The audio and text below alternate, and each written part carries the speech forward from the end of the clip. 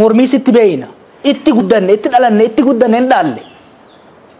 hin fincilla yoo jenne ummanni kun finciluu qaba jennee gaafa murteessine hin goone hin labsine kun rakkoon qabu kana yoo shakkan nu eeguu qaban rakkoon hin jiru wanne dukkana keessa deemnee fafakkeessaadhaan duuba deemnee jennuuf hin jiru labsaa turre kaleessas nu beeku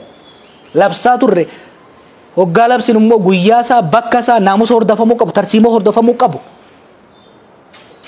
code of conduct clear lafa keenyatti kan ittiin deemaa turre gara fuulduraas hin goona kana beekuu danda'uu qaban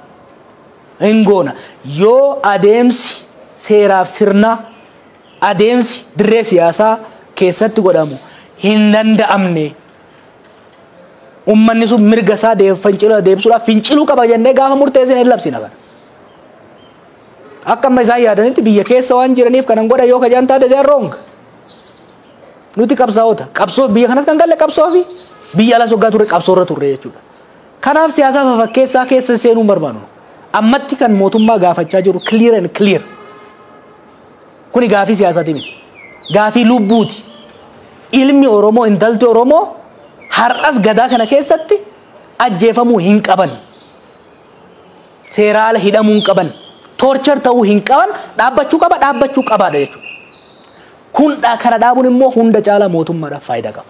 mootummaan kanarratti fuulleffatee irratti hojjetee humna keessattuu haaraa leenjisee bobbaase kana ummatarraa kaasee mooratti deebisee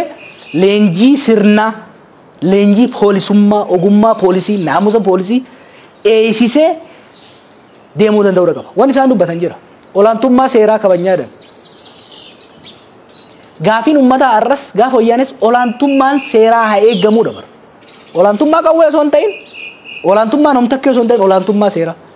olaantummaa seeraa kabajuu keessaa inni guddichi mirga namoomaa keessaa inni guddaan mirga lubbuun jiraachuuti lubbuu namaa bakkuma hundatti cinaa rasaasan cinaa tumaa dhabamsiisaa olaantummaa seeraa dubbachuun qaanyiidha